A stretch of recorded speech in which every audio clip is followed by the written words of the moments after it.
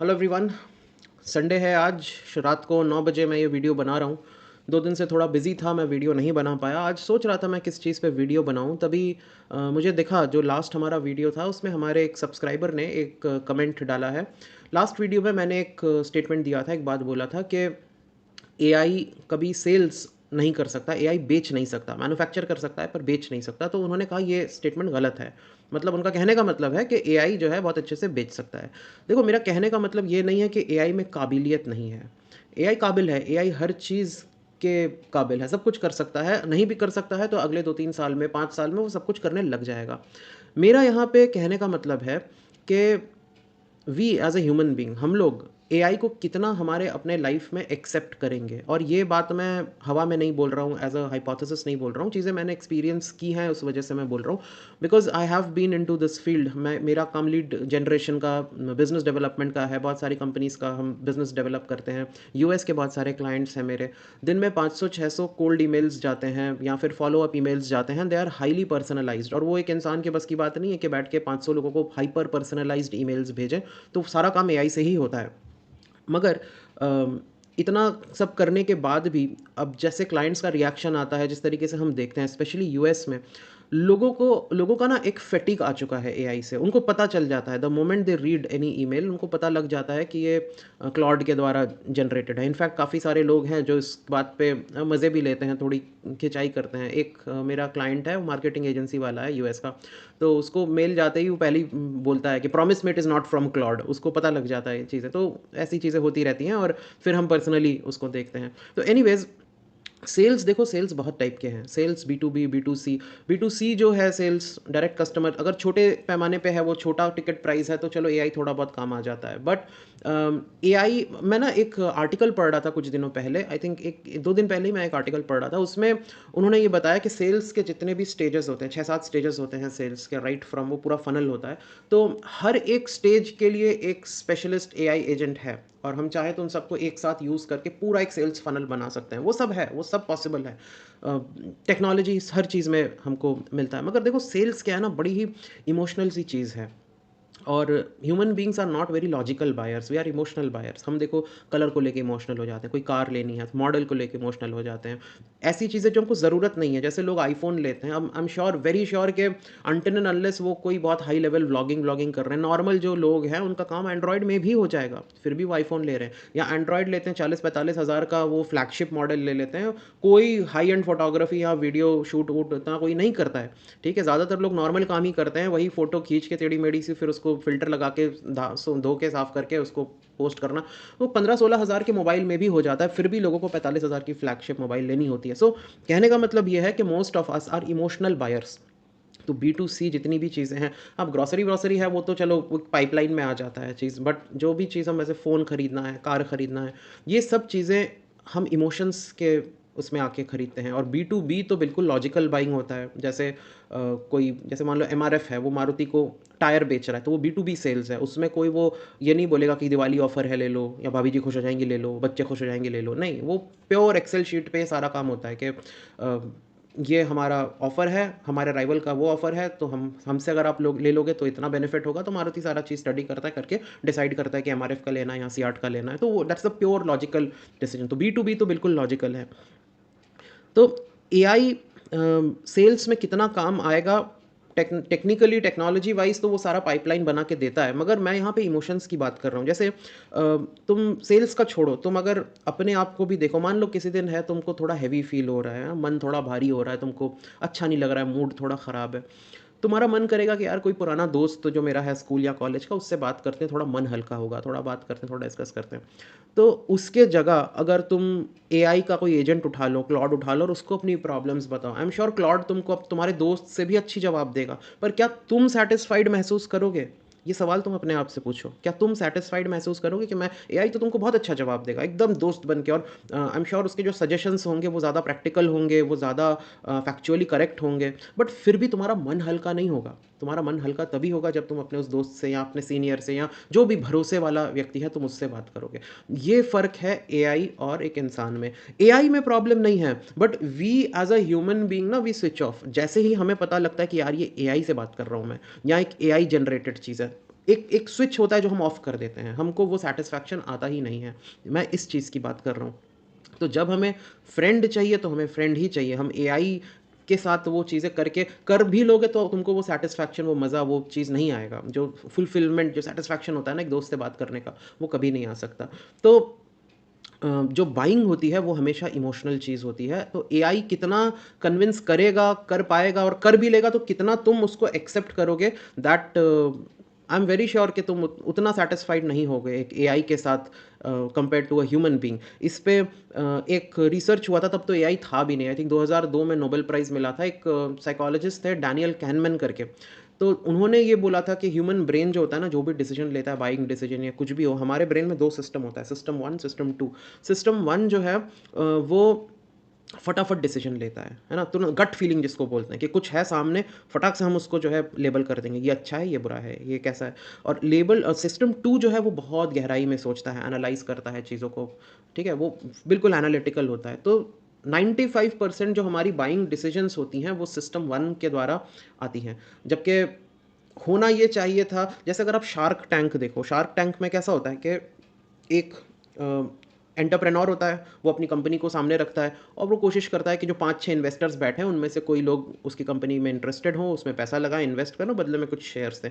तो ये जो है, ये सिस्टम 2 थिंकिंग को बिलॉन्ग करता है, ये जो पूरा ट्रांज़ैक्शन है। उनको भी टाइम चाहिए अपनी बात रखने के लिए, इनको भी टाइम चाहिए एनालाइज़ करने के लिए, कैसे काम करेगा, नहीं करेगा। कितना भी एक्सपर्टीज़ हो, system 2 always takes time, but because it is a TV show, वो सारी चीज़ें 5 मिनट, 10 मिनट में खत्म हो जाता है ना? उनको अपनी बात भी रखनी होती है और सामने वाले ये जो 6-7 लोग बैठे होते हैं, उनको डिसीजन भी लेना होता है।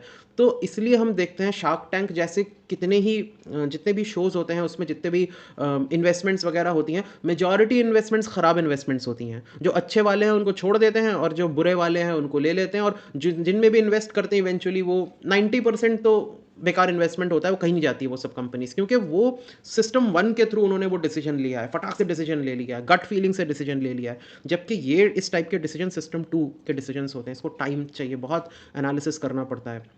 इतने लोग शेयर खरीदते वक्त भी इससे ज़्यादा, जब आपको थोड़ा बहुत शेयर खरीदना है तो भी आप कितना दिमाग लगाते हो, और यहाँ पे तो आप पूरी की पूरी कंपनी के 20%, 25%, 50% तक शेयर्स खरीद लेते हो, पूरे स्टेक्स खरीद लेते हो। तो इट बिलोंग्स टू सिस्टम 2, जिसको हम सिस्टम 1 में डालते हैं just for a TV show. तो एआई के अपने फ़ायदे हैं, बिल्कुल हैं। जैसे अगर हमको मान लो प्रॉस्पेक्ट्स ढूँढने हैं कि किस कंपनी में काम होगा या किस आदमी के साथ काम होगा, तो एक नॉर्मल ह्यूमन बीइंग बैठ के पूरे दिन में शायद 20 या 30 प्रॉस्पेक्ट्स ही ढूँढ पाएगा। जबकि एआई को अगर आप दे दोगे तो वो 20,000 प्रॉस्पेक्ट्स को ढूँढ लेगा, उनकी जो आईसीपीज़ हैं, आइडियल क्लाइंट प्रोफाइल कैसा होगा, सब कुछ एनालाइज़ कर लेगा, करके तुमको टॉप 50 ऐसे प्रॉस्पेक्ट्स देगा जहाँ पे तुम्हारा काम बन जाएगा। ठीक है? ये काम में एआई माहिर है, वो आपको हेल्प कर सकता है, बट इवेंचुअली वो सेल्स कितना ड्राइव कर सकता है? अमेज़न में सेल्स ड्राइव करता है। अमेज़न में कैसा है कि मान लो तुम ग्रोसरी मँगा रहे हो, तो हर महीने मंगाते हो तुम, तो उसको पता है तुम्हारा पैटर्न क्या है, हर दूसरे महीने तुम कौन-सा प्रोडक्ट मंगाते हो, हर महीने तुम क्या-क्या मंगाते हो, उसको सब कुछ पता होता है। तो जब तुम चेकआउट कर रहे होते हो, मान लो तुम कुछ भूल गए, तो वो तुमको रिकमेंड कर देगा कि 2 महीने पहले तुमने ये मंगाया था, शायद वो खत्म हो गया है, तुम वो चेक कर लो। तो इस तरीके से ये जो रिकमेंडेशन वाले सेल्स होते हैं ना, वो अमेज़न बहुत अच्छा करता है। इंडिया से ज़्यादा यूएस में बहुत अच्छे तरीके से करता है। तो अमेज़न ने खुद कहा है कि उनका 35% रेवेन्यू बढ़ गया है just because of these kind of recommendations, जो रिकमेंडेशन देती हैं एआई यूज़ करके, उससे उनका 35% रेवेन्यू बढ़ गया है। तो ये इन सब चीज़ में तो एआई बहुत अच्छा है। इनफैक्ट सेल्सफोर्स है, सेल्सफोर्स बहुत बड़ी कंपनी है जो इस टाइप की चीज़ें सीआरएम वगैरह सप्लाई करते हैं, कस्टमर रिलेशनशिप मैनेजमेंट जो सॉफ्टवेयर्स होती हैं उसको वो सप्लाई करते हैं, और ऐसे-ऐसे उन्होंने एजेंट्स बनाए हैं जिसकी वजह से आपको बेचने के लिए इंसान नहीं चाहिए। वो सीआरएम वो अपना फ़नल करके पूरे अच्छे तरीके से बेच देगा। तो इतना ज़्यादा डिमांड हो गया था, 2024 का ये स्टोरी है, इतना ज़्यादा डिमांड हो गया था सेल्सफोर्स के पास कि वो सॉफ्टवेयर जो इंसानों को हटाने के लिए उन्होंने बनाया था, उसको बेचने के लिए 1000 इंसान उनको हायर करने पड़े। तो एक आयरॉनिकल चीज़ है यहाँ पे कि सेल्सफोर्स ने ऐसा सॉफ्टवेयर बनाया जो इंसान को हटाने के लिए है, मगर उसको इतना डिमांड आ गया कि उस डिमांड को हैंडल करने के लिए उनको 1000 लोग हायर करने पड़ गए थे। सो ये सब में एआई अच्छा है, एआई जो फ़नल है, जो पूरा पाइपलाइन बना हुआ है, उसको हैंडल करने में बहुत अच्छा है। मगर मैं यहाँ पे बात करता हूँ इमोशंस की। एक कंपनी है पीडब्ल्यूसी, बिग 4 में आती है ना? बिग 4 में आई थिंक कौन-कौन सी कंपनी, अर्नेस्ट एंड यंग आता है, पीडब्ल्यूसी आता है, आई थिंक डेलॉयट आता है, और एक और कोई कंपनी आती है, मेरे को नाम नहीं याद है, तो ये बिग 4 कंपनीज़ हैं, अकाउंटिंग वगैरह ये सब करते हैं, तो ऑडिटिंग करते हैं। तो पीडब्ल्यूसी ने ये कहा है कि जो हाई टिकट बी2बी सेल्स होती हैं, उसमें 82% लोग जो हैं वो चाहते हैं कि एक असली इंसान के साथ, एक अच्छे सेल्स रेप के साथ, एक अच्छे व्यक्ति के साथ हम बात करें, तब जाके वो बी2बी सेल्स क्रैक होती हैं। ऐसे नहीं होता है, क्योंकि ह्यूमन, हमारी तो बायोलॉजी है ना, हम कितने भी टेक्नोलॉजी सॉफ्टवेयर करें, जो हमारा जो शरीर है वो तो बायोलॉजिकल है, वो तो सॉफ्टवेयर नहीं है। तो बायोलॉजी में कैसा होता है कि कुछ भी अच्छा चीज़ जब आप एक्सपीरियंस करते हो ना, तो ऑक्सीटोसिन रिलीज़ होता है। इसको इमोशनल हार्मोन बोलते हैं, बॉन्डिंग हार्मोन बोलते हैं। जब आप अपने पार्टनर के साथ होते हो, ऑक्सीटोसिन रिलीज़ होता है। जब मान लो किसी के somebody had a child, new born baby, उसको जब आप गोद में लेते हो तो ऑक्सीटोसिन रिलीज़ होता है।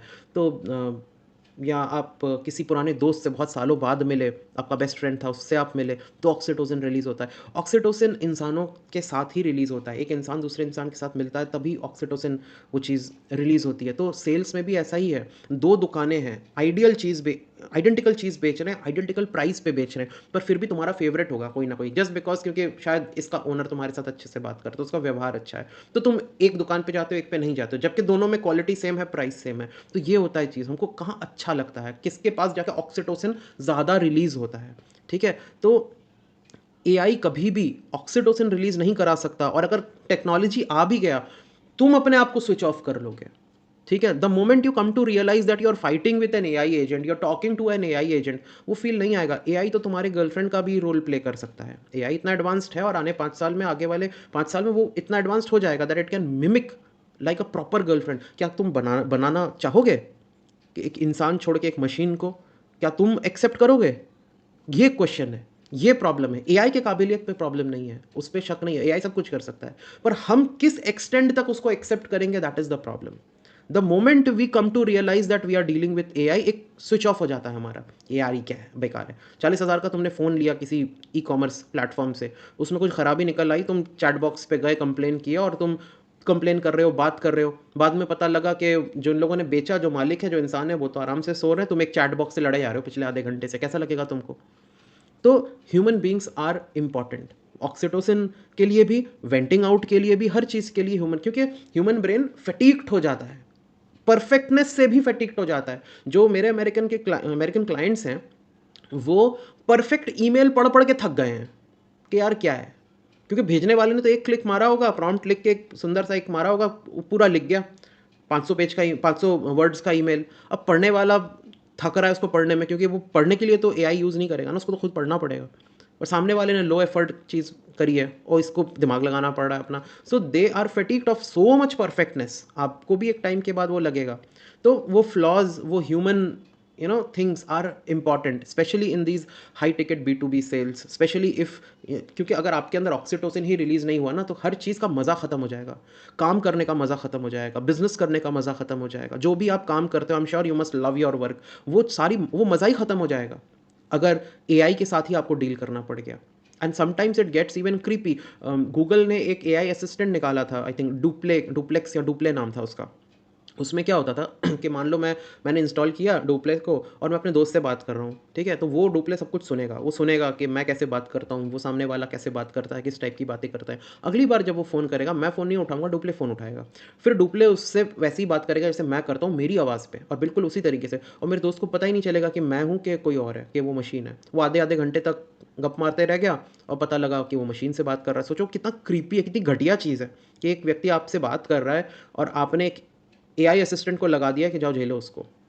तो लोग, एंडलेस है, कितना अनएथिकल चीज़ इससे हो सकता है, नोबडी नोज़। वाइफ ने लगा दिया फ़ोन पे, अब हस्बैंड बात कर रहा है, पता चला वो अपने एक मशीन से बात कर रहा है, वाइफ उसकी कहीं और है, वो बात पता नहीं किस मशीन से कर रहा है। कितनी अनएथिकल, कितनी क्रीपी चीज़ है।